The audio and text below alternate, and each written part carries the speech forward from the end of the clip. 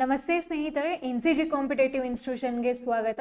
ನಾವು ಲಾಸ್ಟ್ ವಿಡಿಯೋದಲ್ಲಿ ಎಕ್ಸಾಮಲ್ಲಿ ಯಾವ್ಯಾವ ಟಾಪಿಕ್ಸ್ ನಮಗೆ ಇಂಪಾರ್ಟೆಂಟ್ ಆಗುತ್ತೆ ಅನ್ನೋದನ್ನ ಡಿಸ್ಕಸ್ ಮಾಡಿದ್ವಿ, ಹೌದಲ್ವಾ? ಈ ವಿಡಿಯೋದಲ್ಲಿ ನಿಮಗೆ ಇಂಗ್ಲಿಷ್ ಗ್ರಾಮರ್ MCQsನ ಎಕ್ಸಾಮಲ್ಲಿ ಕೊಟ್ಟಾಗ ಹೇಗೆ ಅದನ್ನ ಸಾಲ್ವ್ ಮಾಡಬೇಕು ಅನ್ನೋದನ್ನ ಹೇಳ್ಕೊಡ್ತಿದ್ದೀನಿ. ಸೊ ಅದು ಯಾವುದೇ ಥರದ ಕ್ವಶನ್ಸ್ ಆಗಿರಲಿ, ನಿಮಗೆ ಗೊತ್ತಿರಲಿ ಅಥವಾ ಗೊತ್ತಿಲ್ಲದಲ್ಲೇ ಇರಲಿ, ಅಥವಾ 50-50 ಬಂತು ಅಂದಾಗಲೂ ಕೂಡ ಅದನ್ನ ಹೇಗೆ ಎಲಿಮಿನೇಟ್ ಮಾಡೋದು ಅನ್ನೋದು ಕೂಡ ಹೇಳ್ಕೊಡ್ತಿದ್ದೀನಿ. ಸೊ ಯಾರು ಇವಾಗ KA ನೋಟಿಫಿಕೇಶನ್ ಆಗಿರೋ FDA, SDA ಹಾಗೂ ಗ್ರೂಪ್ C ಹುದ್ದೆಗಳಿಗೆ ಪ್ರಿಪೇರ್ ಆಗ್ತಿದ್ದೀರೋ ಅವ್ರಿಗೆಲ್ರಿಗೂ ಕೂಡ ಈ ವಿಡಿಯೋ ತುಂಬ ಹೆಲ್ಪ್ ಆಗುತ್ತೆ. So let start. ಹೇಗೆ ನಾವು ಅದನ್ನ ಬಿಡಿಸೋದು ಅಂತ ನೋಡೋದಕ್ಕಿಂತ ಮುಂಚೆ ನಮ್ಮ ಸಂಸ್ಥೆಯಲ್ಲಿ 17ನೇ ತಾರೀಕು ಹೊಸ ಬ್ಯಾಚ್ ಶುರುವಾಗ್ತಿದೆ. ಸೊ ಈ ಬ್ಯಾಚ್ ಬಂತು ಅಂದರೆ ಯಾರು FDA, SDಗೆ ಅಪ್ಲಿಕೇಶನ್ ಹಾಕಿದಿರೋ ಅವ್ರಿಗೆ ಅಂತಾನೆ ಪರ್ಟಿಕ್ಯುಲರ್ ಆಗಿ ಮಾಡ್ತಿರೋವಂಥದ್ದು. ಇದು ನಿಮಗೆ ಆನ್ಲೈನ್, ಆಫ್ಲೈನ್, ರೆಕಾರ್ಡೆಡ್ ಮೂರು ಮೋಡ್ನಲ್ಲಿ ಕೂಡ ಇರುತ್ತೆ. ಆ್ಯಂಡ್ ಅದ್ರ ಜೊತೆಗೆ ನಿಮಗೆ ಕನ್ನಡ ಹಾಗೂ ಇಂಗ್ಲೀಷ್ ಮೀಡಿಯಮಲ್ಲೂ ಕೂಡ ಇದು ಇರ್ತಾ ಹೋಗುತ್ತೆ. And at the same time ಯಾರ್ಯಾರು ಸಿಲೆಬಸ್ನ ರಿವಿಷನ್ ಮಾಡಬೇಕು ಅಂತ ಶುರು ಮಾಡಿದಿರೋ ಅವ್ರಿಗೆ ಮಾಕ್ ಟೆಸ್ಟ್ ಕೂಡ ಕಂಡಕ್ಟ್ ಮಾಡ್ತಿದ್ದೀವಿ. ಯಾವಾಗಪ್ಪ ಅಂತ ಅಂದರೆ ಇದೇ ಭಾನುವಾರ 19ನೇ ತಾರೀಕು ಬೆಳಿಗ್ಗೆ 10 ಗಂಟೆಗೆ ನಿಮಗೆ ಈ ಟೆಸ್ಟ್ ಇರ್ತಾ ಹೋಗುತ್ತೆ. ಯಾರ್ಯಾರು ಆಫ್ಲೈನಿಗೆ ಬರೋಕ್ಕಾಗುತ್ತೋ ಅವರು ಆಫ್ಲೈನಲ್ಲಿ ಅಟೆಂಡ್ ಮಾಡ್ಬೋದು. ಯಾರ್ಯಾರು ದೂರ ಇರ್ತಿರೋ ಅವರು ಆನ್ಲೈನಲ್ಲಿ ಟೆಸ್ಟ್ಗಳನ್ನ ತಗೊಳ್ಬೋದು. ಅದಕ್ಕೆ ನಿಮಗೆ ಸಿನಾಪ್ಸಿಸ್ ಕೂಡ ಪ್ರೊವೈಡ್ ಮಾಡ್ತಿದ್ದೀವಿ. ಸೊ ಇದಿಷ್ಟು ನಮ್ಮ ಬ್ಯಾಚಸ್ ರಿಲೇಟೆಡ್ ಆಯಿತು. ಸೊ ಹಾಗಾದರೆ ಎಕ್ಸಾಮಲ್ಲಿ ಹೇಗೆ ನಾವು ಕ್ವಶನ್ಸ್ನ ಸಾಲ್ವ್ ಮಾಡೋದು ಅನ್ನೋದನ್ನ ನೋಡೋದಾದರೆ ಫಸ್ಟ್ ಕ್ವಶನ್ ನೋಡಿ. ಫಸ್ಟ್ ಕ್ವಶನ್ ಏನು ಹೇಳ್ತಿದೆ, fill in the blank with the correct option ಅಂತ ಇದೆ. ಅಂದರೆ ಇಲ್ಲಿ ಏನು ಬಿಟ್ಟ ಸ್ಥಳ ತುಂಬಿರಿ ಅಂತ ನೋಡ್ತೀವಲ್ವಾ ಕನ್ನಡದಲ್ಲಿ, ಹಾಗೆ ಇದೆ. ಏನು ಹೇಳ್ತಿದೆ ಆ ಕ್ವಶನ್ ಅಂತ ನೋಡೋದಾದ್ರೆ, even expert teachers dash commit mistakes ಅಂತ ಇದೆ. ಓಕೆನಾ? ಸೊ ತುಂಬ ಚೆನ್ನಾಗಿ ಗೊತ್ತಿರೋರು ಕೂಡ ಕೆಲವೊಮ್ಮೆ ಮಿಸ್ಟೇಕ್ಸ್ ಮಾಡ್ತಾರೆ ಅನ್ನೋದನ್ನ ಹೇಳ್ತಿರುವಂಥದ್ದು, ಹೌದಲ್ವಾ? ಆದರೆ ಇಲ್ಲಿ ಆ ಕೆಲವೊಮ್ಮೆ ಅನ್ನೋದು ಇಲ್ಲಿ ಯಾವ ಮಾಡೆಲ್ ಆಕ್ಸಿಲರಿ ವರ್ಬ್ನ ತಗೊಳುತ್ತೆ ಅನ್ನೋದು ನಾವು ಐಡೆಂಟಿಫೈ ಮಾಡಬೇಕಾಗತ್ತೆ. ನಾವು ವರ್ಬ್ ಅಂತ ಅಂದಾಗ ಅದರಲ್ಲಿ ನಾವು 3 ಥರ ನೋಡ್ತಾ ಹೋಗ್ತೀವಿ. ಯಾವುದು? ಒಂದು ಮುಖ್ಯ ಕ್ರಿಯಾಪದ ಇರ್ಬೋದು, ಅದನ್ನ ಮೇನ್ ವರ್ಬ್ ಅಂತ ಹೇಳ್ತೀವಿ. ಮತ್ತೆ ಹೆಲ್ಪಿಂಗ್ ವರ್ಬ್ ಅಂತ ಹೇಳ್ತೀವಿ. ಯಾವುದು? ಸಹಾಯಕ ಕ್ರಿಯಾಪದ, ಈಸ್ ಇರ್ಬೋದು, ಆಮ್ ಇರ್ಬೋದು, ಆರ್ ಇರ್ಬೋದು, ಹೌದಲ್ವಾ? ಈ ಥರದ್ದೆಲ್ಲ ನಾವು ನೋಡ್ತಾ ಹೋಗ್ತೀವಿ. ಆ್ಯಂಡ್ ಅದ್ರ ಜೊತೆಗೆ ಇನ್ನೊಂದು ಯಾವುದು? ಮಾಡೆಲ್ ಆಕ್ಸಿಲರೀಸ್ ಅಂತ ಹೇಳುವಂಥದ್ದು, ಹೌದಲ್ವಾ? ನೀವು ಶುಡ್, ಕುಡ್ ಎಲ್ಲ ನೋಡಿರ್ತೀರ, ಮಸ್ಟ್ ನೋಡಿರ್ತೀರ, ಕ್ಯಾನ್ ಯು ನೋಡಿರ್ತೀರ, ವುಡ್ ನೋಡಿರ್ತೀರ, ಹೌದಲ್ವಾ? ಇದೆಲ್ಲ ಮಾಡೆಲ್ ಆಕ್ಸಿಲರೀಸ್ ಅಲ್ಲಿ ಬರ್ತಾ ಹೋಗುತ್ತೆ. ಆ್ಯಂಡ್ ಅದ್ರ ಜೊತೆಗೆ ಇಲ್ಲಿ ಕೊಟ್ಟಿರೋ ಕ್ವಶನ್ ಅಲ್ಲಿ ಯಾವುದು ಸರಿಯಾದ ಉತ್ತರ ಅಂತ ನೋಡೋಕ್ಕಿಂತ ಮುಂಚೆ ಆಪ್ಷನ್ಸ್ನ ಹೇಗೆ ಎಲಿಮಿನೇಟ್ ಮಾಡೋದು ಅನ್ನೋದನ್ನ ನೋಡೋಣ. ಸೊ ನೋಡಿ, even expert teachers dash commit mistakes ಅಂತ ಇದೆ. ಓಕೆನಾ? ಸೊ ಇಲ್ಲಿ even expert teachers have commit mistakes ಅನ್ನೋದನ್ನ ಹೇಗೆ ತೆಗೆಯೋದು ಅನ್ನೋದನ್ನ ನೋಡೋಕ್ಕಿಂತ ಮುಂಚೆ ಆ ಕ್ವಶನಿಗೆ ನಾವು ಯಾವುದು ರೈಟ್ ಆನ್ಸರ್ ಇದೆ ಅಂತ ಚೂಸ್ ಮಾಡೋಕ್ಕಿಂತ ಮುಂಚೆ ನಾವೇನು ಮಾಡಬೇಕಾಗತ್ತೆ ಅಂದರೆ, ಫಸ್ಟ್ ಆಫ್ ಆಲು ಯಾವ್ದು ಇದಕ್ಕೆ ಸರಿಯಾಗಿ ಹೊಂದಿಕೆ ಆಗಲ್ಲ ಅನ್ನೋದನ್ನ ನೋಡ್ಬೇಕಾಗತ್ತೆ. ಓಕೆನಾ? ಸೊ ಅದು ತುಂಬ ಮುಖ್ಯ ಆಗಿರುತ್ತೆ. ಇಲ್ಲಿ ನೀವೇನಾದ್ರು ಟೆನ್ಸಸ್ ಬಗ್ಗೆ ಸ್ವಲ್ಪ ಅವೇರ್ನೆಸ್ ಇತ್ತು ಅಂತ ಅಂದರೆ, ಇನ್ ಕೇಸ್ ಅದೇನಾದರೂ ನಿಮಗೆ ಟೆನ್ಸಸ್ಸಲ್ಲಿ ಓದ್ಬೇಕಾದ್ರೆ ಹ್ಯಾವ್ ಅಥವಾ ಹ್ಯಾಡ್ ಫಾರ್ಮ್ಸ್ನ ನಾವು ಯೂಶುವಲಿ ಆಗಿ ಪರ್ಫೆಕ್ಟ್ ಮತ್ತು ಪರ್ಫೆಕ್ಟ್ ಕಂಟಿನ್ಯೂಸ್ ಟೆನ್ಸಲ್ಲಿ ಯೂಸ್ ಮಾಡ್ತಾ ಹೋಗ್ತೀವಿ. ಓಕೆನಾ? ಇಲ್ಲಿ ಹ್ಯಾವ್ ಇತ್ತು ಅಂದರೆ ಅದ್ರ ಜೊತೆಗೆ ನಾರ್ಮಲ್ ಆಗಿ ಏನಿರಬೇಕಾಗತ್ತೆ? V3 ಇರಬೇಕಾಗತ್ತೆ. ಏನಿದು V3 ಅಂತ ಅಂದರೆ V1, V2, V3 ಅಂತ ಹೇಳ್ತಾ ಹೋಗ್ತೀವಿ. ಓಕೆನಾ? ಸೊ ಈ V1 ಅಲ್ಲಿ ಫಾರ್ ಎಕ್ಸಾಂಪಲ್ ಇವಾಗ ಸಿಂಗ್, ಸ್ಯಾಂಗ್, ಸಂಗ್, ಈ ಥರ ನಮಗೆ ಇರ್ರೆಗ್ಯುಲರ್ ವರ್ಬ್ ಫಾರ್ಮ್ಸ್ ಬರ್ತಾ ಹೋಗುತ್ತೆ. ಕೆಲವೊಂದು ಸೇಮ್ ಬರುತ್ತೆ, ಕೆಲವೊಂದು ಬೇರೆ ಆಗುತ್ತೆ. ಈ V1 ಅನ್ನೋದನ್ನ ನಾವು ಪ್ರೆಸೆಂಟ್ ಟೆನ್ಸಲ್ಲಿ ಬಳಸ್ತಾ ಹೋಗ್ತೀವಿ. ಏನು ಪ್ರೆಸೆಂಟ್ ಟೆನ್ಸ್ ಅಂದರೆ ವರ್ತಮಾನ ಕಾಲದಲ್ಲಿ ಈ ವರ್ಬ್ ಫಾರ್ಮ್ಸ್ನ ಬಳಸ್ತಾ ಹೋಗ್ತೀವಿ. V2 ಬಂತು ಅಂದರೆ ಪಾಸ್ಟ್ ಟೆನ್ಸ್ ಅಂತ ಅಂದರೆ ಭೂತಕಾಲದಲ್ಲಿ ಬಳಸ್ತೀವಿ. V3 ಬಂತು ಅಂದರೆ ನಾವು ಯೂಶುವಲ್ ಆಗಿ ಇದನ್ನ ಪಾಸ್ಟ್ ಪಾರ್ಟಿಸಿಪಲ್ ಅಂತ ಹೇಳ್ತೀವಿ. ಬಟ್ ಇದನ್ನ ಜಾಸ್ತಿ ನಾವು ಎಲ್ಲಿ ಬಳಸ್ತೀವಪ್ಪ ಅಂತಂದರೆ, ಒಂದು ಟೆನ್ಸಸ್ ಅಂತಂದರೆ ಕಾಲಗಳಲ್ಲಿ ಬಂತು ಅಂದಾಗ ಪರ್ಫೆಕ್ಟ್ ಟೆನ್ಸ್ ಅಂತ ಹೇಳ್ತೀವಿ. ಯಾವುದು? ಪ್ರೆಸೆಂಟ್ ಪರ್ಫೆಕ್ಟ್ ಟೆನ್ಸ್ ಇರ್ಬೋದು, ಪಾಸ್ಟ್ ಪರ್ಫೆಕ್ಟ್ ಟೆನ್ಸ್ ಇರ್ಬೋದು, ಅಥವಾ ಫ್ಯೂಚರ್ ಪರ್ಫೆಕ್ಟ್ ಟೆನ್ಸ್ ಇರ್ಬೋದು, ಮತ್ತು ಪರ್ಫೆಕ್ಟ್ ಕಂಟಿನ್ಯೂಸ್ ಕೂಡ ಬಳಸ್ತಾ ಹೋಗ್ತೀವಿ. ಬಟ್ ಡಿಫ್ರೆನ್ಸ್ ಏನು ಅಂತ ಅಂದರೆ, ಇಲ್ಲಿ ಕಂಟಿನ್ಯೂಸ್ ಇರೋದಕ್ಕೆ ಏನು ಕಮಿಟಿಂಗ್ ಅನ್ನೋದಿಲ್ಲ, ಹೌದಲ್ವಾ? ಇನ್ನೊಂದು V3 ಅನ್ನೋದು ಕಮಿಟ್ ಅನ್ನೋ ವರ್ಡ್ಗೆ ಹೇಗೆ ಸೂಟ್ ಆಗುತ್ತೆ? ಕಮಿಟೆಡ್ ಇತ್ತು ಅಂತ ಅಂದಿದ್ರೆ ಏನಾಗ್ತಿತ್ತು? In case.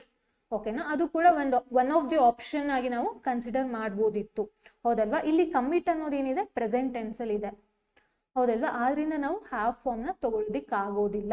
ಓಕೆನಾ. ಇನ್ನೊಂದು ಸೆಕೆಂಡ್ ಆಪ್ಷನ್ ಕ್ಯಾನ್ ಇದೆ. ಕ್ಯಾನ್ ನಾವು ತಗೊಳ್ಬೋದಾ? ಹೌದಲ್ವಾ. ಕ್ಯಾನ್ ಅಂತ ಅಂದ್ರೆ ಏನ್ ಹಾಗಾದ್ರೆ? ನಾವು ಕ್ಯಾನ್ ನೋಡೋದಾದ್ರೆ ನಿಮಗೆ ಒಂದು ಎಲ್ಲೆಲ್ಲಿ ಬಳಸ್ತೀವಿ ಅನ್ನೋದು ತುಂಬಾ ಇಂಪಾರ್ಟೆಂಟ್ ಆಗುತ್ತೆ. ಯಾವುದಾದ್ರೂ ಆಯ್ತು ಮಾಡೆಲ್ ಆಕ್ಸಿಲರಿ ವರ್ಬ್ಸ್ ಬಂತು ಅಂದಾಗ ಅದನ್ನ ಎಲ್ಲೆಲ್ಲಿ ಬಳಕೆ ಮಾಡ್ಬೇಕು ಅನ್ನೋದು ತುಂಬಾ ಇಂಪಾರ್ಟೆಂಟ್. ಅದರ ಬಳಕೆ ಅಂತ ಅಂದ್ರೆ ಅಪ್ಲಿಕೇಶನ್ ಎಲ್ಲೆಲ್ಲಿದೆ ಅಂತ ನೋಡೋಣ. ಒಂದು ಇಲ್ಲಿ ನೋಡಿ ಕ್ಯಾನ್ ಅಂತ ಇದೆ, ಮಾಡೆಲ್ ವರ್ಬ್ಸ್ ಇಲ್ಲಿ ಕೊಟ್ಟಿರೋ ಆಪ್ಷನ್ಸ್ ಸಂಬಂಧಪಟ್ಟಂಗೆ ಒಂದಷ್ಟು ಅದ್ರ ಮೀನಿಂಗ್ ಇರ್ಬೋದು ಮತ್ತೆ ಎಕ್ಸಾಂಪಲ್ಸ್ ಇರ್ಬೋದು, ಎರಡು ಕೂಡ ಹಾಕಿದ್ದೀನಿ. ಒಂದು ಎಬಿಲಿಟಿ ಅಂದ್ರೆ ನಿಮ್ಮ ಸಾಮರ್ಥ್ಯದ ಬಗ್ಗೆ ಹೇಳ್ಬೇಕಾದ್ರೆ ಐ ಕ್ಯಾನ್ ಸ್ವಿಮ್. ಓಕೆನಾ, ನನಗೆ ಸ್ವಿಮ್ ಮಾಡೋ ಸಾಮರ್ಥ್ಯ ಇದೆ, ನನಗೆ ಹಾಡುಗಾರಿಕೆ ಸಾಮರ್ಥ್ಯ ಇದೆ, ನನಗೆ ಡ್ಯಾನ್ಸ್ ಮಾಡೋ ಸಾಮರ್ಥ್ಯ ಇದೆ. ಓಕೆನಾ, ಈ ತರ ಎಬಿಲಿಟಿ ಬಂತು ಅಂದಾಗ ಏನಾಗುತ್ತೆ, ನಾವು ಕ್ಯಾನ್ ನ ಯೂಸ್ ಮಾಡ್ತೀವಿ.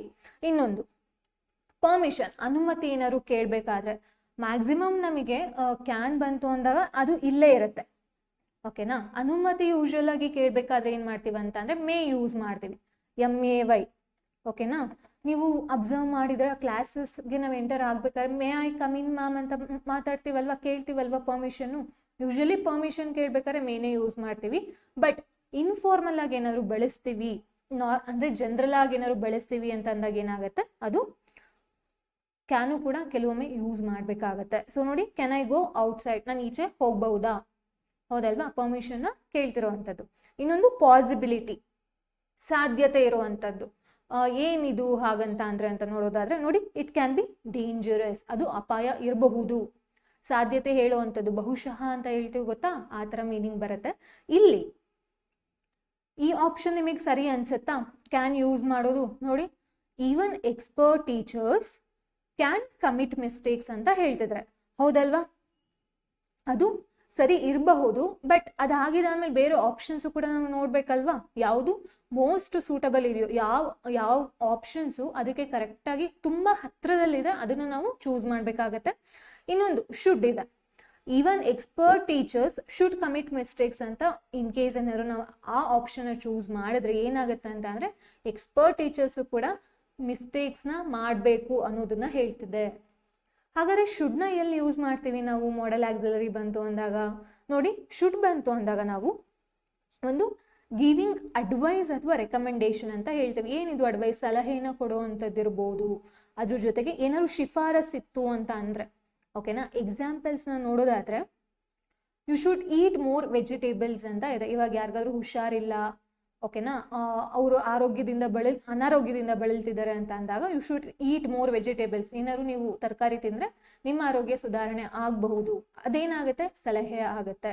ಅವಾಗ ಮಾತ್ರ ನಾವು ಶುಡ್ನ ಯೂಸ್ ಮಾಡ್ತೀವಿ. Next, suggesting what is right ಅಂತಂದ್ರೆ ಯಾವುದು ಸರಿ ಇದೆಯೋ ಅದನ್ನ ಮಾಡು ಅಂತ ಹೇಳ್ಬೇಕಾದ್ರೆ ನಾವು ಶುಡ್ ಮಾಡೆಲ್ ಆಕ್ಸಿಲರಿ ವರ್ಬ್ನ ಯೂಸ್ ಮಾಡ್ಬೇಕಾಗತ್ತೆ. ನೋಡಿ, ಹಿ ಶುಡ್ ಅಪಾಲಜೈಸ್ ಅಂತ ಹೇಳ್ತಿದೆ, ನೀನ್ ತಪ್ಪು ಮಾಡಿದ್ಯಾ, ನೀನು ಕ್ಷಮೆನ ಕೇಳಬೇಕು ಅಂತ. ಅಪಾಲಜೈಸ್ ಅಂತ ಅಂದ್ರೆ ಏನು? ಕ್ಷಮೆ. ಯು ಶುಡ್ ಅಪಾಲಜೈಸ್ ಅಂತ ಅಂದ್ರೆ ನೀನು ಕ್ಷಮೆ ಕೇಳಬೇಕು ಅಂತ ಹೇಳ್ತಿರುವಂಥದ್ದು. ಓಕೆನಾ, ಸೊ ಹಾಗಾದ್ರೆ ಶುಡ್ ಆಗತ್ತಾ? ಶುಡ್ ಕೂಡ ಆಗಲ್ಲ. ನೆಕ್ಸ್ಟ್ ನೋಡಿ, ಮಸ್ಟ್ ಇದೆ. ಮಸ್ಟ್ ನ ಎಲ್ಲಿ ಯೂಸ್ ಮಾಡ್ತೀವಿ ಹಾಗಾದ್ರೆ ನಾವು? ಖಡಾಖಂಡಿತವಾಗಿ ನಾವು ಅದನ್ನ ಮಾಡ್ಲೇಬೇಕು ಅಂತ ಅಂದಾಗ ನಾವು ಮಸ್ಟ್ ಅನ್ನೋ ಮಾಡೆಲ್ ಆಕ್ಸಿಲರಿ ವರ್ಬ್ ನ ಯೂಸ್ ಮಾಡ್ತೀವಿ. ಹಾಗಾದ್ರೆ ಎಲ್ಲೆಲ್ಲಿ ಬರುತ್ತೆ ಅದು ಅಂತ ನೋಡೋದಾದ್ರೆ, ಒಂದು ಸ್ಟ್ರಾಂಗ್ ಆಬ್ಲಿಗೇಷನ್ ಅಂತ ಅಂದ್ರೆ ಮಾಡ್ಲೇಬೇಕು ಖಡಾಖಂಡಿತವಾಗಿ ಅಂತ ಹೇಳ್ತಾರೆ ಗೊತ್ತಾ, ಆ ಸಮಯದಲ್ಲಿ ಯಾವುದು? You must wear a seat belt. Seat belt ಹಾಕಿಲ್ಲ ಅಂತ ಅಂದ್ರೆ ಏನಾಗುತ್ತೆ, ಅಪಾಯ ಹೋಗೋ ಚಾನ್ಸಸ್ ಜಾಸ್ತಿ ಇರುತ್ತೆ, ಹೌದಲ್ವಾ. ಸೊ ನೆಕ್ಸ್ಟ್ ನೋಡಿ, ರೂಲ್ ಅಥವಾ ಲಾ ಇತ್ತು ಅಂದಾಗ, ನಿಯಮ ಏನಾದ್ರು ಇತ್ತು ಅಂದಾಗ, ಫಾರ್ ಎಕ್ಸಾಂಪಲ್ ಇವಾಗ you must wear a helmet ಅಂತ ಹೇಳ್ತೀವಿ, ಹೌದಲ್ವಾ, ಅದು ಕೂಡ ಹೌದು. ಅದು ಆಕ್ಚುಲಿ ನೀವು ಹಾಕಿಲ್ಲ ಅಂತ ಅಂದ್ರೆ ಫೈನ್ ಹಾಕ್ತಾರೆ, ಅದು ಒಂದು. ಮತ್ತೆ ನೀವು ಹೆಲ್ಮೆಟ್ ಹಾಕಿಲ್ಲ ಅಂತಂದ್ರೆ ನಿಮ್ಗೆ ಏನು ಅಪಘಾತ ಆಗೋ ಚಾನ್ಸಸ್ ಜಾಸ್ತಿ ಇರುತ್ತೆ ಅಂತ ಹೇಳ್ತಿದ್ದಾರೆ. ಇನ್ನೊಂದು, students must not cheat in exams, ಹೌದಲ್ವಾ. ಸ್ಟೂಡೆಂಟ್ಸು ವಿದ್ಯಾರ್ಥಿಗಳು ಯಾವುದೇ ಕಾರಣಕ್ಕೂ ಎಕ್ಸಾಮ್ ಅಲ್ಲಿ ಚೀಟ್ ಮಾಡಬಾರ್ದು ಅಂತ ಇಲ್ಲಿ ಹೇಳ್ತಿರುವಂಥದ್ದು. ಸೊ ಇವಾಗ ಮಾಡೆಲ್ ಆಕ್ಸಿಲರಿ ಅಂತ ಅಂದಾಗ ಆ ಒಂದೊಂದು ಮಾಡೆಲ್ ಆಕ್ಸಿಲರಿಗೂ ಕೂಡ ಒಂದಷ್ಟು ಏನಿರುತ್ತೆ, ಎಲ್ಲೆಲ್ಲಿ ಬಳಸ್ಬೇಕು ಅನ್ನೋದು ಇದೇ ಇರುತ್ತೆ. ಸೊ ಅದನ್ನ ನೀವು ಈಸಿಯಾಗಿ ತಿಳ್ಕೊಂಡ್ರೆ ಅದನ್ನ ಎಲ್ಲೆಲ್ಲಿ ಬಳಸ್ಬೇಕು ಮತ್ತು ಈ ತರ ಕ್ವಶನ್ಸ್ ಕೊಟ್ಟಾಗ ನಾವು ಹೇಗೆ ಅದನ್ನ ಯೂಸ್ ಮಾಡಬೇಕು ಅನ್ನೋದು ಈಸಿಯಾಗಿ ಅರ್ಥ ಆಗುತ್ತೆ, ಹೌದಲ್ವಾ. ಸೊ ಹಾಗಾದ್ರೆ ಇಲ್ಲಿ ರೈಟ್ ಆನ್ಸರ್ ಯಾವ್ದಪ್ಪ ಅಂತ ಅಂದ್ರೆ, ಇವಾಗ ಹೇಳಿ ರೈಟ್ ಆನ್ಸರ್ ಯಾವುದು ಅಂತ? ಕ್ಯಾನ್ ಅಲ್ವಾ, ಕ್ಯಾನ್ ಬರುತ್ತೆ. ಆಪ್ಷನ್ ಬಿ ಕ್ಯಾನ್ ಬರುತ್ತೆ ರೈಟ್ ಆನ್ಸರ್.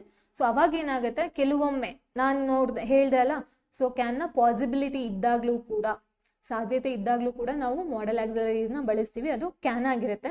ಸೊ ಇನ್ನೂ ಬೇರೆ ಯಾವುದು ವುಡ್ ಇರ್ಬೋದು, ಮೈಟ್ ಇರ್ಬೋದು, ಮೇ ಇರ್ಬೋದು, ಇದನ್ನೆಲ್ಲ ಎಲ್ಲೆಲ್ಲಿ ಬಳಸ್ತೀವಿ ಅನ್ನೋದು ನೀವು ಕೂಡ ತಿಳ್ಕೊಳ್ಳಿ. ನೆಕ್ಸ್ಟ್ ಕ್ವಶನ್ ನೋಡೋದಾದ್ರೆ ಏನ್ ಹೇಳ್ತಿದ್ದಾರೆ, gradual recovery of once health and strength ಅಂತ ಇದೆ. ಏನ್ ಹಾಗಂದ್ರೆ, ಏನ್ ಗ್ರಾಜುವಲ್ ಅಂತ ಅಂದ್ರೆ ಏನು ಮೀನಿಂಗ್ ಹಾಗಾದ್ರೆ? ಕ್ರಮೇಣವಾಗಿ ಅವ್ರ ಆರೋಗ್ಯ ಸುಧಾರಿಸ್ತಿರುತ್ತೆ ಗೊತ್ತಾ. ಇವಾಗ ಏನಾದ್ರು ಫಾರ್ ಎಕ್ಸಾಂಪಲ್ ಆಪರೇಷನ್ ಆಗಿರುತ್ತೆ, ಆ ಆಪರೇಷನ್ ಆಗಿದಾದ್ಮೇಲೆ ಅವ್ರು ಏನ್ ಮಾಡ್ತಾರೆ, ನಿಧಾನಕ್ಕೆ ಆರೋಗ್ಯ ಅವ್ರದ್ದು ಸುಧಾರಿಸ್ತಾ ಇರುತ್ತೆ. ಇವ್ರಿಗೆ ನಾವ್ ಏನ್ ಹೇಳ್ತೀವಪ್ಪ ಅಂತ ಕೇಳ್ತಿದಾರೆ ಅವರು. ಕ್ರಮೇಣ ಅಂತ ಹೇಳುತ್ತೆ ಯಾವುದು, ಗ್ರಾಜುವಲ್ ಅನ್ನೋದು ಕ್ರಮೇಣ ಅಂತಂದ್ರೆ ನಿಧಾನವಾಗಿ, ಬೇಗನೆ ಅಲ್ಲ. ಇವಾಗ ಆಪರೇಷನ್ ಆಗಿ ನೆಕ್ಸ್ಟ್ ಡೇಗೆನೆ ಎಲ್ಲರೂ ಹುಷಾರಾಗ್ಬಿಡ್ತಾರೆ, ಆಗಲ್ಲ. ಸೊ ನಿಧಾನವಾಗಿ ಅವರು ಸುಧಾರಿಸ್ಕೊಂತಿರ್ತಾರೆ. ಅವ್ರಿಗೆ ಏನ್ ಹೇಳ್ತಾರಪ್ಪ ಅಂತ ಅಂದ್ರೆ, ಇಲ್ಲಿ ಇದನ್ನ ಬರೀತೀನಿ ನಾನು, ಕನ್ವಲೇಸೆನ್ಸ್ ಅಂತ ಹೇಳ್ತೀವಿ. ಓಕೆನಾ. ಒಂದೊಂದು ಕ್ವಶನ್ ಎಕ್ಸಾಮಲ್ಲಿ ಏನಾಗಿರುತ್ತೆ ಅಂತ ಅಂದರೆ, ನಮಗೆ ಆ ಕ್ವಶನ್ ಓದೋದು ಓಕೆ ಅರ್ಥ ಆದರೂ ಕೂಡ, ಬಟ್ ಅಲ್ಲಿ ಈ ಒಕ್ಯಾಬುಲರಿ ವರ್ಡ್ಸ್ ಕೊಟ್ಟಿರ್ತಾರೆ ಗೊತ್ತಾ, ನಿಜವಾಗ್ಲೂ ಅದು ಗೊತ್ತಿರಲ್ಲ. ಇದು ನಿಮಗೇ ಅಲ್ಲ, ಎಲ್ರಿಗೂ ಕೂಡ ಹಾಗೆ ಆಗಿರುತ್ತೆ. ಈವನ್ ಇವಾಗ VAO ಆಗಲಿ ಅಥವಾ ಯಾವುದೇ ಎಕ್ಸಾಮ್ ಆಗಲಿ, SDA ಅಂತಾನೆ ಅಂದ್ಕೊಳ್ಳೋಣ, ಅವರು ಡಿಗ್ರಿ ಕ್ಲಿಯರ್ ಮಾಡ್ಕೊ ಬಂದಿದ್ರು ಅಥವಾ ಅವರು KSಗೆ ಪ್ರಿಪೇರ್ ಆಗಿದ್ರು ಕೂಡ ಯಾರಿಗೂ ಕೂಡ 100/100 ಕ್ವಶನ್ಸು ಗೊತ್ತಿರೋದಿಲ್ಲ. ಸೊ ಅದ್ರ ಬಗ್ಗೆ ತಲೆ ಕೆಡಿಸ್ಕೊಳ್ಳೋಕೆ ಹೋಗಬೇಡಿ. ಅರ್ಥ ಆಯ್ತಾ? ನಿಮಗೆ ಏನಾದ್ರು ಗೆಸ್ ವರ್ಕ್ ಮಾಡೋದಿತ್ತು ಅಂದ್ರೆ ಮಾತ್ರ ರಿಸ್ಕ್ ತಗೊಳ್ಳಿ. ಯಾಕಂದ್ರೆ ನೆಗೆಟಿವ್ ಇರೋದ್ರಿಂದ ನಮ್ಗೆ ಏನಾಗುತ್ತೆ, ಮಾರ್ಕ್ಸು ಕಟ್ ಆಗುತ್ತೆ. ಓಕೆನಾ. ಗೆಸ್ ವರ್ಕ್ ಆಗ್ತಿದೆ ಅಂದ್ರೆ ಮಾತ್ರ ಚಾನ್ಸ್ ತಗೊಳ್ಳಿ, ಇಲ್ಲ ಅಂತ ಅಂದ್ರೆ ಬಿಟ್ಬಿಡಿ. ಇಲ್ಲಿ ನೋಡಿ, ಇಲ್ಲಿ ಜನರಲ್ ಆಗಿ ತಗೊಂಡಾಗ ಇಲ್ಲಿ ಕೊಟ್ಟಿರುವಂತ ಯಾವುದೂ ವರ್ಡ್ಸ್ ಕೂಡ ಏನಾಗುತ್ತೆ ನಮಗೆ ಗೊತ್ತಿರಲ್ಲ, ಹೌದಲ್ವಾ? ಸೊ ಇವಾಗ ಏನ್ ಮಾಡ್ಬೇಕು, ಅದನ್ನ ಬಿಟ್ಟು ಮುಂದಕ್ಕೆ ಹೋಗ್ಬೇಕಾಗತ್ತೆ. ಇದ್ರ ಮೇಲೆ ನಾವು ಟೈಮ್ನ ವೇಸ್ಟ್ ಮಾಡಬಾರ್ದು. ಓಕೆನಾ. ಇಲ್ಲಿ ನಾನು ಆನ್ಸರ್ನ ಹೇಳ್ತೀನಿ, ಬಟ್ ನೀವು ಎಕ್ಸಾಮಲ್ಲಿ ಅಪಿಯರ್ ಆದಾಗ, ಎಕ್ಸಾಮಲ್ಲಿ ಕೂತಾಗ ಕೆಲವೊಂದಷ್ಟು ಕ್ವಶನ್ಸ್ ಗೊತ್ತಿಲ್ಲದಲ್ಲೇ ಇದ್ದಾಗ ಬಿಟ್ಟು ಅದನ್ನ ಮುಂದಕ್ಕೆ ಹೋಗೋದು ಬೆಟರ್ ಚಾಯ್ಸ್. ಓಕೆನಾ. ಸೊ ರೆಟ್ರಿಬ್ಯೂಷನ್ ಅಂತ ಅಂದ್ರೇನು, ಪನಿಷ್ಮೆಂಟ್ ಅಂತ. ಓಕೆನಾ. ಪನಿಷ್ಮೆಂಟ್ ಕೊಡೋದು ಅಂತ ಮೀನಿಂಗ್. ಓಕೆನಾ. ಇಲ್ಲಿ gradual recovery of once health and strength ಬಂತು ಅಂದಾಗ ಇದೇ ಆನ್ಸರ್. ಕನ್ವಲೇಸೆನ್ಸ್ ಅಂತ ಅನ್ನಲ್ಲ, ಸೊ ಅದ್ರ ಮೀನಿಂಗ್ ಅದೇನೇನೆ. ರೆಪೆಂಟೆನ್ಸ್ ಅಂತ ಬಂತು ಅಂದ್ರೆ ರಿಗ್ರೆಟ್. ಏನ್ ರಿಗ್ರೆಟ್ ಅಂದ್ರೆ ಪಶ್ಚಾತ್ತಾಪ ಅಂತ. ಅರ್ಥ ಆಯ್ತಾ? ಇನ್ನೊಂದು ಸೋಮ್ನಂಬುಲಿಸಮ್ ಅಂತ ಇದೆ. ಏನ್ ಹೀಗಂದ್ರೆ, ಕೆಲವೊಂದಷ್ಟು ವರ್ಡ್ಸ್ಗಳು ಕಿವಿಗೆ ಬಿದ್ದಾಗ ಈ ವರ್ಡ್ಸ್ಗಳನ್ನ ನಾವು ಕೇಳೇ ಇರಲ್ಲ ಅನ್ಸ್ತಿರತ್ತೆ, ಹೌದಲ್ವಾ? ಹಾಗೆ ಆಗತ್ತೆ ಆಕ್ಚುಲಿ. ಸೋಮ್ನಂಬುಲಿಸಮ್ ಅಂತ ಅಂದ್ರೆ ಈ ನಿದ್ದೆಲಿ ನಡೀತಾರೆ ಗೊತ್ತಾ, ಅಂದ್ರೆ ನಿದ್ದೆಲಿ ವಾಕ್ ಮಾಡ್ತಾರೆ ಗೊತ್ತಾ, ಮಲ್ಕೊಂಡಿದ್ದಾದ್ಮೇಲೆ ಎದ್ದು ನಡೆಯೋವಂಥವ್ರಿಗೆ ಮೆಡಿಕಲ್ ಟರ್ಮ್ ಅಲ್ಲಿ ಅದಕ್ಕೆ ಸೋಮ್ನಂಬುಲಿಸಮ್ ಅಂತ ಅಂತಾರೆ. ಯಾರು ನಡೀತಾರೋ ಅವ್ರಿಗೆ ಸೋಮ್ನಂಬುಲಿಸ್ಟ್ ಅಂತಾರೆ. ಇಲ್ಲಿ ST ಇದೆಯಾ ಗೊತ್ತಾ, SM ಇದೆ ಗೊತ್ತಾ, ಅದು ST ಆಗತ್ತೆ ಅಷ್ಟೆ. ಎರಡಿದೆ. ಒಂದು ಆ ಕಾಯಿಲೆಗೆ ಸೋಮ್ನಂಬುಲಿಸಮ್ ಅಂತಾರೆ, ಆ ಥರ ನಡೆಯೋರಿಗೆ ಏನಂತಾರೆ, ಸೋಮ್ನಂಬುಲಿಸ್ಟ್ ಅಂತ ಹೇಳ್ತಾರೆ. ಸೊ ಇದೇನಾಗುತ್ತೆ, ಒನ್ ವರ್ಡ್ ಸಬ್ಸ್ಟಿಟ್ಯೂಷನ್ ಆಗುತ್ತಲ್ವಾ, ಹೌದಲ್ವಾ? ಎಕ್ಸಾಮಲ್ಲಿ ನೋಡಿದ್ದೀರಾ ನೀವು ಒನ್ ವರ್ಡ್ ಸಬ್ಸ್ಟಿಟ್ಯೂಷನ್ ಯಾವ ಥರ ಬರುತ್ತೆ ಅಂತ ಹೇಳಿದರೆ ತುಂಬ ಸತಿ. ಆ್ಯಂಡ್ ನಾನು ಲಾಸ್ಟ್ ವಿಡಿಯೋದಲ್ಲೂ ಕೂಡ ಹೇಳಿದ್ದೀನಿ, ಒನ್ ವರ್ಡ್ ಸಬ್ಸ್ಟಿಟ್ಯೂಷನ್ ಅನ್ನೋದು ಇಂಪಾರ್ಟೆಂಟ್ ಆಗುತ್ತೆ ಅಂತ, ಹೌದಲ್ವಾ? ಸೊ ಇದು ಹಾಗಾದರೆ ಒನ್ ವರ್ಡ್ ಸಬ್ಸ್ಟಿಟ್ಯೂಷನ್ ಅಂತ ಅಂದರೆ ಬೇರೆ ಇನ್ನು ಯಾವ್ಯಾವುದು ಅನ್ನೋದನ್ನ ಒಂದು 3 ಇಲ್ಲಿ ಡಿಸ್ಕಸ್ ಮಾಡ್ತಿದ್ದೀನಿ. ಆ್ಯಂಡ್ ಇದು ಇಂಪಾರ್ಟೆಂಟ್ ಕೂಡ ಅಟ್ ದ ಸೇಮ್ ಟೈಮ್. ಫಿಲಂಥ್ರಪಿಸ್ಟ್ ಅಂತ ಹೇಳ್ತೀವಿ. ಲೋಕೋಪಕಾರಿ ಅಂತ ಅಂದರೆ ಮಾನವರಿಗೆ ಹೆಲ್ಪ್ ಮಾಡೋರನ್ನ ಲೋಕೋಪಕಾರಿ ಅಂತ ಹೇಳ್ತೀವಿ. ಅರ್ಥ ಆಗ್ತಿದ್ಯಾ? ಅದಕ್ಕೆ ಒನ್ ವರ್ಡ್ ಸಬ್ಸ್ಟಿಟ್ಯೂಷನ್ ಬಂತು ಅಂದರೆ a person who loves Mankind. Mankind ಅಂತ ಅಂದರೆ ಏನು, ಈ ಮನುಷ್ಯ ಜೀವಿನ ಪ್ರೀತಿಸುವಂಥ ವ್ಯಕ್ತಿಗೆ ನಾವು ಫಿಲಂಥ್ರಪಿಸ್ಟ್ ಅಂತ ಹೇಳ್ತೀವಿ ಕನ್ನಡದಲ್ಲಿ, ಇಂಗ್ಲೀಷಲ್ಲಿ. ನೆಕ್ಸ್ಟು ಎಪಿಟ್ಯಾಫ್ ಅಂತ ಇದೆ. ನೀವು ಸಮಾಧಿಗಳು ಅಥವಾ ಗೋರಿಗಳನ್ನ ನೋಡಿದ್ದೀರಾ ಅಲ್ವಾ, ಆ ಗೋರಿಗಳ ಮೇಲೆ ಬರ್ದಿರ್ತಾರೆ ಗೊತ್ತಾ, ಅದಕ್ಕೆ ಏನಂತ ಹೇಳ್ತೀವಿ ಅಂತ ಅಂದರೆ ಎಪಿಟ್ಯಾಫ್ ಅಂತ ಹೇಳ್ತೀವಿ. ಒನ್ ವರ್ಡ್ ಸಬ್ಸ್ಟಿಟ್ಯೂಷನ್ ಬಂತು ಅಂದರೆ ನಿಮಗೆ words return on A tomb ಅಂತ ಇದೆ. ಸಮಾಧಿ ಮೇಲೆ ಬರ್ದಿರ್ತಾರೆ ಗೊತ್ತಾ, ಅದಕ್ಕೆ ಎಪಿಟ್ಯಾಫ್ ಅಂತ ಹೇಳುವಂಥದ್ದು. ಇನ್ನೊಂದು ಆಟೋಕ್ರೆಸಿ. ಆಟೋಕ್ರೆಸಿ ಅಂತ ಅಂದರೆ ಸರ್ವಾಧಿಕಾರ ಅಂತ. ಅಂದರೆ ಇವಾಗ ಫಾರ್ ಎಕ್ಸಾಂಪಲ್ ನಮ್ಮ ಭಾರತ ತಗೊಂಡ್ರೆ ಅದನ್ನು ಒಬ್ಬರೇ ಆಳ್ವಿಕೆ ಮಾಡುವಂಥದ್ದು, ಅವರೇ ರೂಲ್ಸ್ ಮಾಡೋದು. ಅವ್ರು ಏನು ರೂಲ್ಸ್ ಮಾಡ್ತಾರೋ ಅದನ್ನೆಲ್ಲರೂ ಕೂಡ ಮಸ್ಟ್ ಆ್ಯಂಡ್ ಶುಡ್, ಖಡಾಖಂಡಿತವಾಗಿ ಎಲ್ಲರೂ ಕೂಡ ಫಾಲೋ ಮಾಡಲೇಬೇಕು. ಯಾವುದು ಕಾನ್ಸ್ಟಿಟ್ಯೂಷನ್ ಇರೋದಿಲ್ಲ, ಯಾವುದು ಕೋರ್ಟ್ ಇರೋದಿಲ್ಲ, ಅವ್ರು ಹೇಳಿದ್ದೆ ವೇದವಾಕ್ಯ ಅನ್ನೋಂಗೆ. ಓಕೆನಾ. ಮತ್ತದು ಫಾರ್ ಎಕ್ಸಾಂಪಲ್ ಇವಾಗ ನಾರ್ತ್ ಕೊರಿಯಾದಲ್ಲಿ ನೋಡ್ತಿದೀವಲ್ವಾ, ಹೌದಲ್ವಾ, ಸರ್ವಾಧಿಕಾರ ಅದಕ್ಕೊಂದು ಎಕ್ಸಾಂಪಲ್ ಕೊಡ್ಬೋದು ನಾವು. ಸೊ ಅದನ್ನ ಯಾರು ನಡೆಸ್ತಾರೆ? ಸರ್ವಾಧಿಕಾರಿ, ಹೌದಲ್ವಾ. Government by one person with absolute power, ಎಲ್ಲ ಅಧಿಕಾರ ಅವನ ಕೈಯಲ್ಲೇನೆ ಇರ್ತಾ ಹೋಗುತ್ತೆ. ಓಕೆನಾ. ಸೊ ಈ ತರ ಸರ್ಕಾರ ಇರೋ ದೇಶಕ್ಕೆ ನಾವೇನಂತ ಹೇಳ್ತೀವಪ್ಪ ಅಂತಂದ್ರೆ ಆಟೋಕ್ರೆಸಿ ಅಂತ ಹೇಳ್ತೀವಿ. ಓಕೆನಾ. ಈ ತರ ನಿಮಗೆ ಒನ್ ವರ್ಡ್ ಸಬ್ಸ್ಟಿಟ್ಯೂಷನ್ ಬರ್ತಾ ಹೋಗುತ್ತೆ. ಸೊ ಇದನ್ನ ನೀವು ಎಕ್ಸಾಮ್ ಅಲ್ಲಿ ನೋಡ್ಬೋದು. ಅಂಡ್ ನೀವು ಎಕ್ಸಾಮ್ಗೆ ಹೋಗೋಕ್ಕಿಂತ ಮುಂಚೆ ದಯವಿಟ್ಟು ಒಂದಷ್ಟು ಒನ್ ವರ್ಡ್ ಸಬ್ಸ್ಟಿಟ್ಯೂಷನ್ ನೀವು ಪ್ರಾಕ್ಟೀಸ್ ಮಾಡಬೇಕಾಗತ್ತೆ. ಅಂಡ್ ಹಿಯರ್ ಕಮ್ಸ್ ನಿಮಗೆ ಏನಂತ ಅಂದ್ರೆ ಈ ಆಕ್ಟಿವ್ ವಾಯ್ಸು ಪ್ಯಾಸಿವ್ ವಾಯ್ಸ್ ಅನ್ನೋದು ಕೆಎಲಿ ಕೇಳೋ ಚಾನ್ಸಸ್ ಜಾಸ್ತಿ ಇದೆ, ಕೇಳ್ತಿದ್ದಾರೆ. ಅಂಡ್ ಡೈರೆಕ್ಟ್ ಇಂಡೈರೆಕ್ಟ್ ಸ್ಪೀಚ್ ಕೂಡ ಅಷ್ಟೇ. ಇಲ್ಲಿ ನಾನು ಸಿಂಪಲ್ ಆಗಿ ನಿಮಗೆ ಡಿಕೋಡ್ ಮಾಡ್ತೀನಿ ಕ್ವಶನ್ನು. ನಿಮಗೆ ಫಸ್ಟ್ ಏನಿದು ಆಕ್ಟಿವ್ ವಾಯ್ಸ್ ಪ್ಯಾಸಿವ್ ವಾಯ್ಸ್ ಅಂತ ತಗೊಂಡಾಗ ಕನ್ನಡ ಗ್ರಾಮರಲ್ಲಿ ನೀವು ನೋಡಿದಾಗ ಕರ್ತರಿ ವಾಕ್ಯ ಮತ್ತೆ ಕರ್ಮಣಿ ವಾಕ್ಯ ನೋಡಿದಿರಲ್ವಾ. ಏನು ಕರ್ತರಿ ವಾಕ್ಯ ಅಂತ ಅಂದ್ರೆ ರಾಮನು ರಾವಣನನ್ನು ಕೊಂದನು. ಏನಾಗುತ್ತೆ ಇದು? ಇದು ಕರ್ತರಿ ವಾಕ್ಯ ಆಗತ್ತೆ. ಓಕೆನಾ. ಅದೇ ಕರ್ಮಣಿ ವಾಕ್ಯ ಬಂತು ಅಂದಾಗ ರಾವಣನು ರಾಮನಿಂದ ಕೊಲ್ಲಲ್ಪಟ್ಟನು.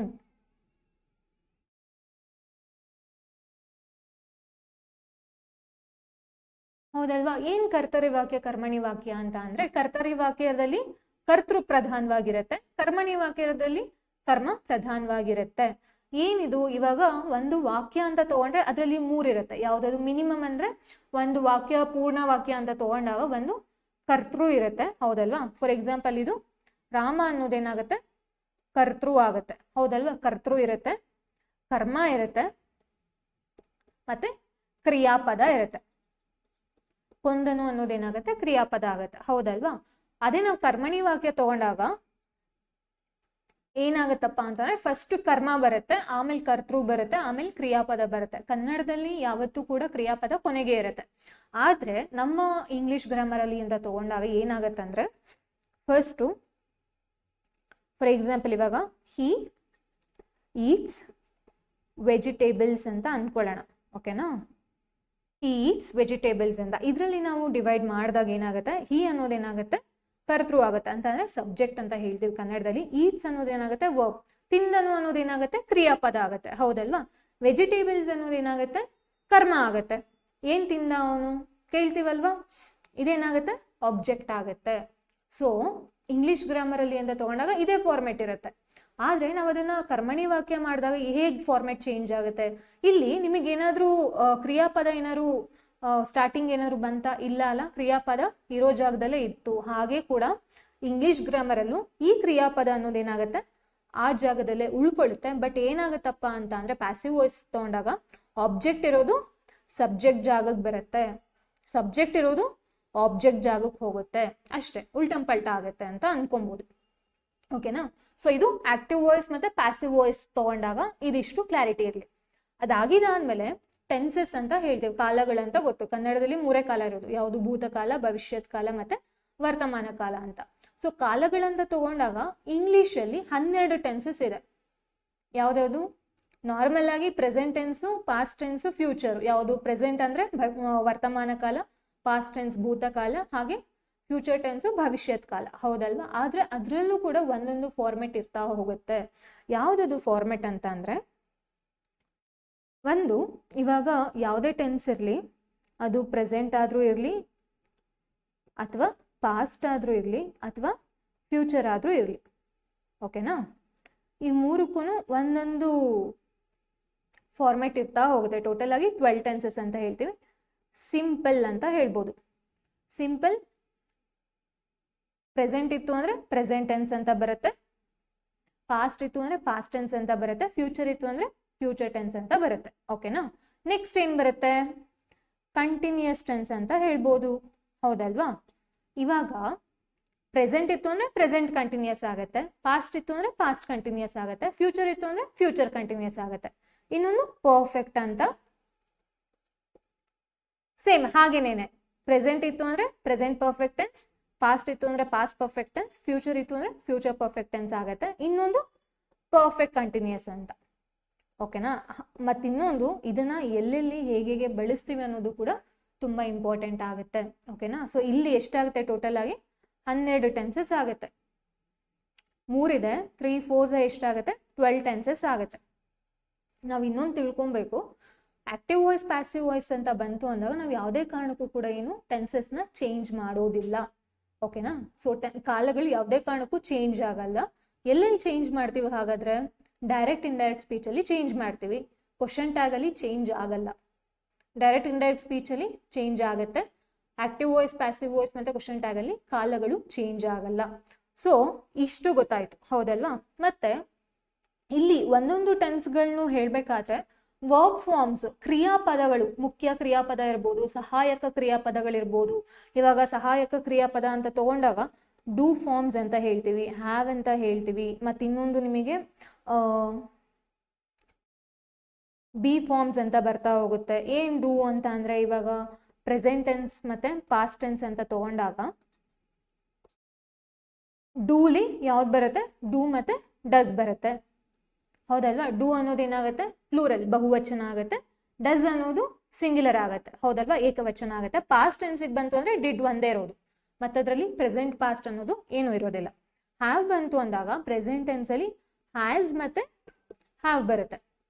ಹ್ಯಾಸು ಸಿಂಗ್ಯುಲರ್, ಏಕವಚನ ಇರುತ್ತೆ.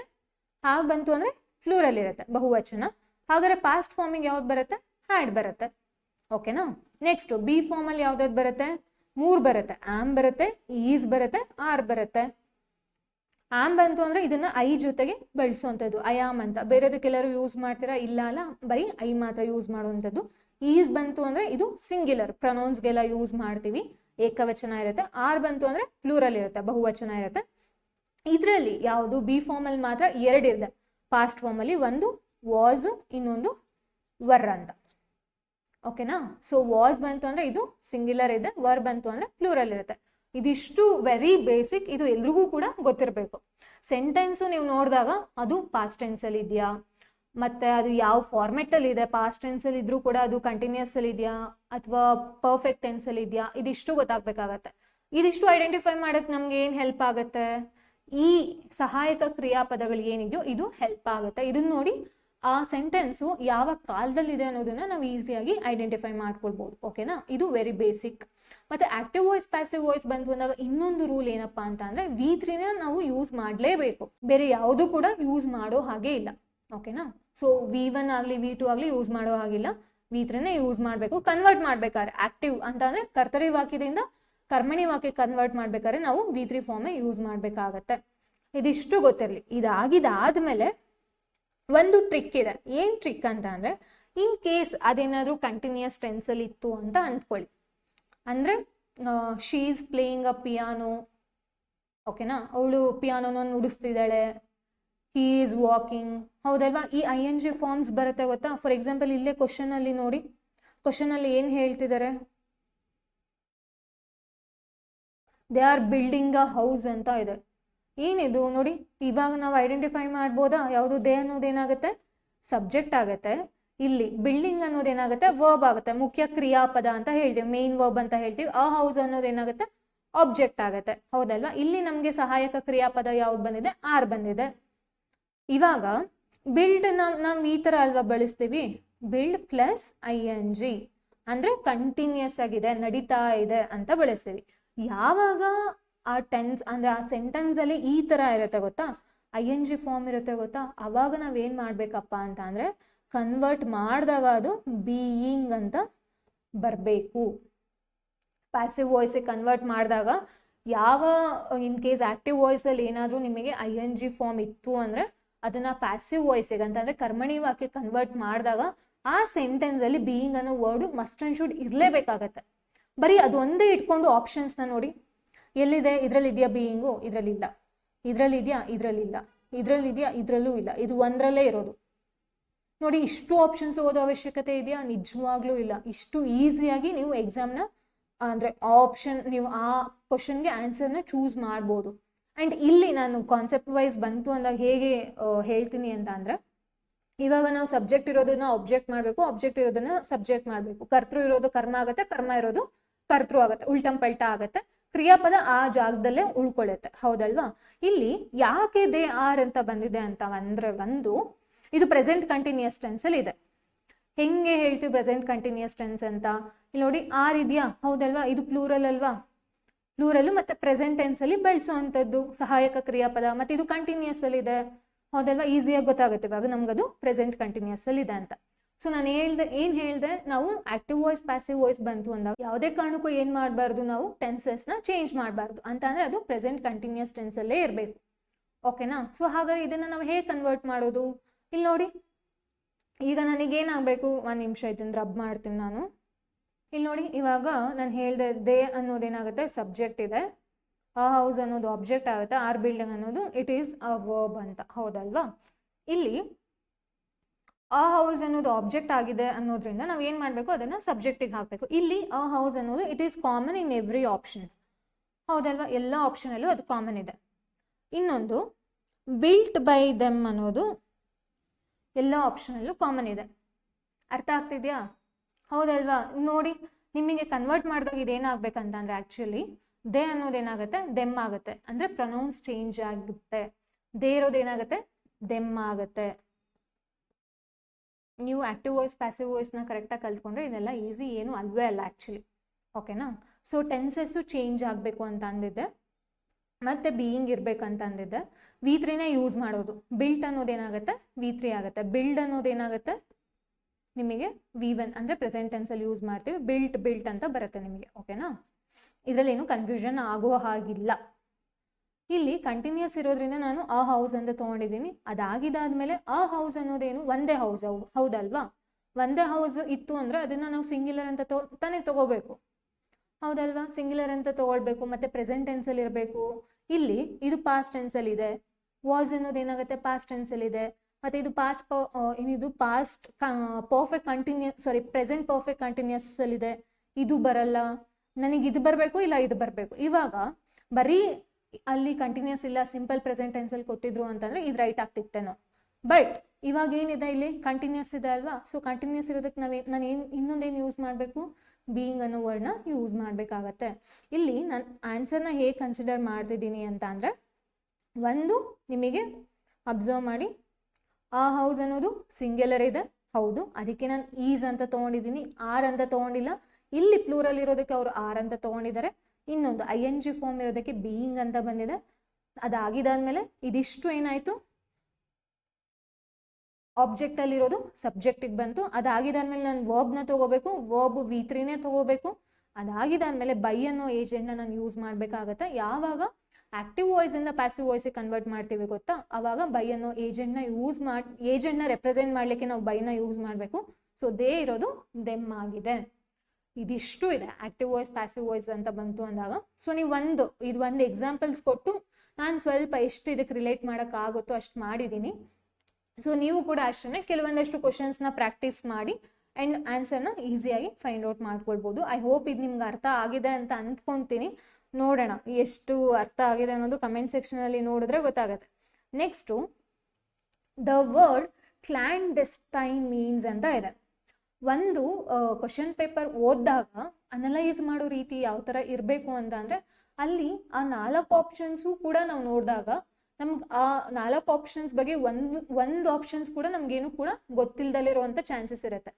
ಆ ಚಾನ್ಸಸ್ ಕೂಡ ಇರುತ್ತೆ. ಕೆಲವೊಂದು ಸ್ವಲ್ಪ ಸೂಕ್ಷ್ಮವಾಗಿ ನೋಡಿದಾಗ ಏನೋ ಒಂದು ಅಂದರೆ ಕಾಮನ್ ಥಿಂಗ್ಸ್ ಗೊತ್ತಾಗುತ್ತೆ, ಒಂದೇ ರೀತಿ ಇರೋದು ಗೊತ್ತಾಗುತ್ತೆ. ಹೆಂಗೆ ಅಂತ ಹೇಳೋದಾದ್ರೆ, ಇವಾಗ ಇಲ್ಲಿ ನೋಡಿ ಓಪನ್ ಅಂತ ಇದೆ, ಎಲ್ರಿಗೂ ಕೂಡ ಓಪನ್ ಅಂತ ಇರಬಹುದು. ಪಬ್ಲಿಕ್ ಅಂತ ಇದೆ, ಪಬ್ಲಿಕ್ ಆಗ್ಬಿಟ್ಟಿದೆ ಬಿಡು ಅಂತಂದ್ರೆ ಎಲ್ರಿಗೂ ಕೂಡ ಗೊತ್ತಾಗಿದೆ ಅನ್ನೋ ವಿಚಾರ. ಇನ್ನೊಂದು ವಿಸಿಬಲ್ ಅಂತ ಇದೆ, ಓಕೆನಾ? ವಿಸಿಬಲ್ ಕೂಡ ಏನು ಕಾಣಿಸೋ ಅಂಥದ್ದು, ಅಂದ್ರೆ ಎಲ್ರಿಗೂ ಕೂಡ ಕಾಣಿಸೋ ರೀತಿ ಇರುವಂಥದ್ದು ವಿಸಿಬಲ್ ಅಂತ ಇದೆ. ಒಂದೇ ಒಂದು ವರ್ಡ್ ಇದೆ, ಯಾವುದು? ಸೀಕ್ರೆಟ್ ಅನ್ನೋ ವರ್ಡು. ಅಬ್ಸರ್ವ್ ಮಾಡಿ ಆಪ್ಷನ್ಸು, ಒಂದೇ ಒಂದು ವರ್ಡ್ ಇದೆ, ಯಾವುದು? ಸೀಕ್ರೆಟ್ ಅನ್ನೋ ಆಪ್ಷನ್ಸು. ಅಂದ್ರೆ ಯಾರಿಗೂ ಕೂಡ ಗೊತ್ತಾಗ್ದಲೇ ಇರೋವಂಥದ್ದು, ಹೌದಲ್ವಾ? ಗುಪ್ತವಾಗಿ ಇಡೋ ಅಂಥದ್ದು ಇದು. ಸೊ ಇಲ್ಲಿ ನಾವು ಈ 3 ಅಂತ ತಗೊಂಡಾಗ ನಾವು ಈ 3ಅಲ್ಲಿ ಯಾವುದೇ ಆಪ್ಷನ್ ಹಾಕಿದ್ರೂ ಕೂಡ ಏನಾಗುತ್ತೆ, ಎಲ್ಲ ಒಂದೇ ಅರ್ಥ ಇರೋ ರೀತಿ ಆಗತ್ತೆ. ಬಟ್ ಇಲ್ಲಿ ಇದು ಒಂದು ಮಾತ್ರ ಏನಾಗುತ್ತೆ, ಬೇರೆ ಮೀನಿಂಗ್ನ ಕೊಡ್ತಿದೆ, ಹೌದಲ್ವಾ? ಸೊ ಈಗ ನಾನು ಓಪನ್ ಅಂತ ಹಾಕಿದ್ರು ಅದು ಮೇ ಬಿ ಪಬ್ಲಿಕ್ ಅಂತ ಇರ್ಬೋದು, ವಿಸಿಬಲ್ ಅಂತ ಇರ್ಬೋದು. ಅವಾಗ ಅದೇ ಆಪ್ಷನ್ ರೈಟ್ ಅಂತ ಹೇಗೆ ಅಂದ್ಕೊಳ್ತೀರಾ? ತಪ್ಪಾಗುತ್ತೆ ಅವಾಗ. ಸೊ ಅವಾಗ ಏನ್ ಮಾಡಿ, ಈ ತರ ಆಪ್ಷನ್ಸ್ ಕೂಡ ಕೆಲವೊಂದಿರುತ್ತೆ. ಅಂದ್ರೆ ಎಲ್ಲಾನು ಕೂಡ ಗೊತ್ತಿಲ್ಲದಲ್ಲಿರೋ ತರ ಇರಲ್ಲ, ನಿಮಗೆ ಗೊತ್ತಿರೋ ವೊಕ್ಯಾಬುಲರಿ ವರ್ಡ್ಸ್ಗಳು, ಪದ ಸಂಪತ್ತೇನಿದೆ ಅದ್ರಲ್ಲೇನೆ ಏನ್ ಮಾಡಿ, ನಿಮ್ಗೇನ್ ಜ್ಞಾನ ಇದೆ ಗೊತ್ತಾ, ನಿಮ್ಗೇನ್ ವೊಕ್ಯಾಬುಲರಿದು ವರ್ಡ್ಸ್ ಜ್ಞಾನ ಏನಿದೆ ಗೊತ್ತಾ, ಅದ್ರಲ್ಲೇ ಆದಷ್ಟು ಏನ್ ಮಾಡಿ ಆಪ್ಷನ್ಸ್ನ ಸಾಲ್ವ್ ಮಾಡೋದಕ್ಕೆ ಟ್ರೈ ಮಾಡಿ, ಎಲಿಮಿನೇಟ್ ಮಾಡ್ಲಿಕ್ಕೆ ಟ್ರೈ ಮಾಡಿ. ಇವು ಮೂರು ಒಂದೇ ಆಗಿರೋದ್ರಿಂದ ಒಂದೇ ಮೀನಿಂಗ್ ಇರೋ ವರ್ಡ್ಸ್ ಅವ್ರೇಂತ ಕೊಡ್ಬೇಕು, ಹೌದಲ್ವಾ? ಕೊಡೋದಿಲ್ಲ. ಕೆಲವೊಂದ್ಸತಿ ಏನಾಗಿರುತ್ತೆ, ಈ ಮೂರು ಒಂದೇ ಕೊಟ್ಟು ಒಂದು ಮಾತ್ರ ಬೇರೆ ರೀತಿ ಕೊಡ್ತಾರೆ. ನಾನು ನೆಕ್ಸ್ಟ್ ಅಪ್ಕಮಿಂಗ್ MCQs ಮಾಡ್ತೀನಿ ಗೊತ್ತಾ, ಅದರಲ್ಲೂ ಕೂಡ ಈ ಥರ ರಿಪೀಟ್ ಆಗಿದೆ. ಸೊ ಎಲ್ಲಾನು ಕೂಡ ಗೊತ್ತಿರಲೇಬೇಕಂತ ಅಲ್ಲ, ನಮಗೆ ಗೊತ್ತಿರೋದ್ರಲ್ಲಿ ಆನ್ಸರ್ ಮಾಡಿ ಕರೆಕ್ಟಾಗಿ ಆನ್ಸರ್ ಮಾಡಿ ಬರ್ಬೋದು. ಸೊ ಆ್ಯಕ್ಚುಲಿ ಏನು ಹಾಗಂದ್ರೆ ಕ್ಲಾಂಡೆಸ್ಟೈನ್ ಅಂತ ಅಂದರೆ ಸೀಕ್ರೆಟ್ ಅಂತ. ಅರ್ಥ ಆಗ್ತಿದೆಯಾ? ನೆಕ್ಸ್ಟ್ ಕ್ವಶನ್ ನೋಡೋಣ. The opposite of the word very is ಅಂತ ಕೇಳಿದ್ದಾರೆ. ಆಪೋಸಿಟ್ ಅಂತ ಅಂದ್ರೆ ಏನು? ವಿರುದ್ಧಾರ್ಥಕ ಪದ, ಹೌದಲ್ವಾ? ಆಂಟೋನಿಮ್ ಅಂತಾನೂ ಕೂಡ ಹೇಳ್ತೀವಿ. ಸಿನಾನಿಮ್ ಅಂತ ಬಂತು ಅಂದ್ರೆ ಸಮಾನಾರ್ಥಕ ಪದ.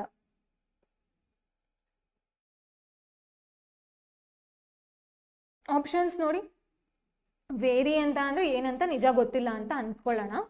ಒಂದು ಆಕ್ಟಿವ್ ಇದೆ ಅಂತ ಅಂದ್ರೆ ಆಕ್ಟಿವ್ ಆಗಿ, ಅಂದ್ರೆ ಏನು ಫುಲ್ ಆಕ್ಟಿವ್ ಆಗಿ ಕೆಲಸ ಮಾಡ್ತಿದ್ದಾರೆ ನೋಡೋರು ಅಂತ ಹೇಳುವಂಥದ್ದು ಒಂದು, ಹೌದಲ್ವಾ?